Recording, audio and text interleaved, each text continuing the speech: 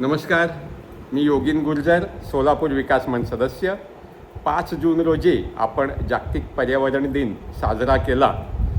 त्या दिवशी ज्यांच्यावरती पर्यावरण रक्षणाची जबाबदारी आहे अशी लोक, असे लोकप्रतिनिधी, असे सरकारी अधिकारी, सामाजिक संस्था, NGO यांच्या कार्यक्रमामध्ये जाऊन स्वतःची टिमकी वाजवून येतात.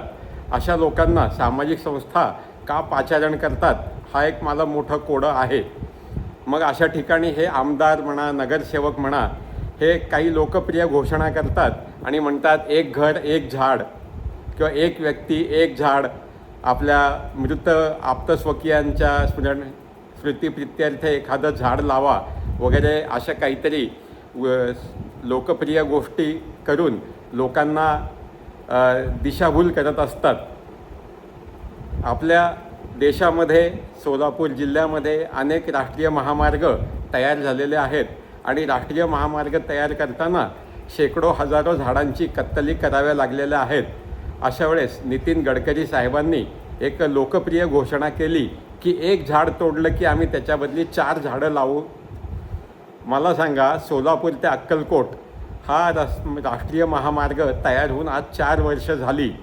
तिथे किती झाडं तोडावी लागली आणि गेल्या 4-5 वर्षामध्ये त्याच्या 4 पट झाडं लावलेली आहेत. हे कुठे आहेत हे आमदार महोदयांनी आम्हाला दाखवून द्यावं.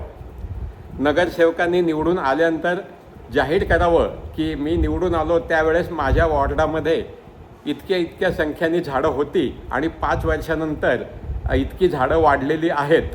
याला खरं काम म्हणता येईल. पण हे काय करणार, लोकांना सांगणार की तुम्ही झाडं लावा.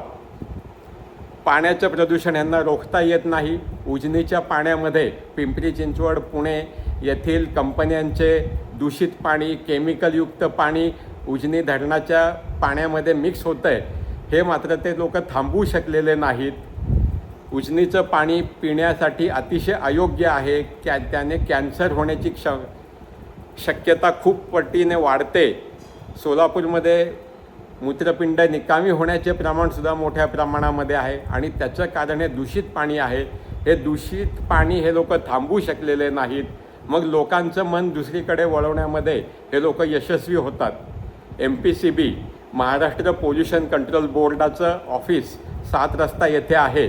मी 6 महिने सलग आम्ही तिथे जात होतो. तिथलं अधिकारी 6 महिन्यात 1 मिनिटसुद्धा ऑफिसमध्ये आलेला नाही. हे लोक काय करतात, इथले अधिकारी काय करतात, इथले कर्मचारी काय काम करत आहेत. सोलापूरमध्ये राज्यात सर्वात जास्त साखर कारखाने आहेत. त्याची मळी जमिनीमध्ये अशीच सोडून दिली जाते. त्याच्याबद्दल त्यांचा कंट्रोल नाही आहे. कुमठा गावात असलेलं साखर कारखान्याची काजळी अगदी पुणे नाक्यापर्यंत येते. 5-5, 6-6 किलोमीटरपर्यंत हवेत पसरते. त्याच्याबद्दल हे लोक काय करतात ते कुणीही बोलणार नाही, पण सामान्य माणसाला सांगतील की तुम्ही झाडं लावा. हे सार्वजनिक वाहतूक व्यवस्था हा सुद्धा पर्यावरण रक्षणाचा एक फार मोठा भाग आहे.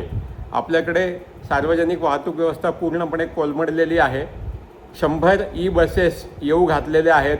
त्या बसेस येत आहेत असे गेले 3 वर्षापासून आम्ही फक्त ऐकतच आहोत. आता त्या डिसेंबर 25ला येणार आहेत, जानेवारीमध्ये येणार आहेत. जागतिक महिला दिन 8 मार्च रोजी येणार आहेत, एप्रिलमध्ये येणार आहेत. आता जून 5 तारीखसुद्धा उलटली, पण अजूनसुद्धा ती सार्वजनिक वाहतूक व्यवस्थेसाठी बसेस काही सोलापूरमध्ये आलेल्या नाहीत. त्याच्याबद्दल हे आमदार महोदय हे काहीही बोलणार नाहीत. फक्त हे सामान्य माणसाला सांगतात की तुमची जबाबदारी आहे की तुम्ही झाडं लावा. नांदणी चेकपोस्टवरनं दररोज बेकायदेशीर वृक्षतोड केलेली डझनावारी ट्रक सोलापूर शहरामध्ये येतात. ते कसे येतात, तिथल्या चेकपोस्टच्या कर्मचाऱ्यांना चिरीमिरी देऊन, भ्रष्टाचार करून ते इथे येतात. त्याच्यावरती कुणाचंही बंधन नाही आहे. पण हे सामान्य माणसाला सांगतील की तुम्ही वृक्ष लावा. विचार करा. धन्यवाद.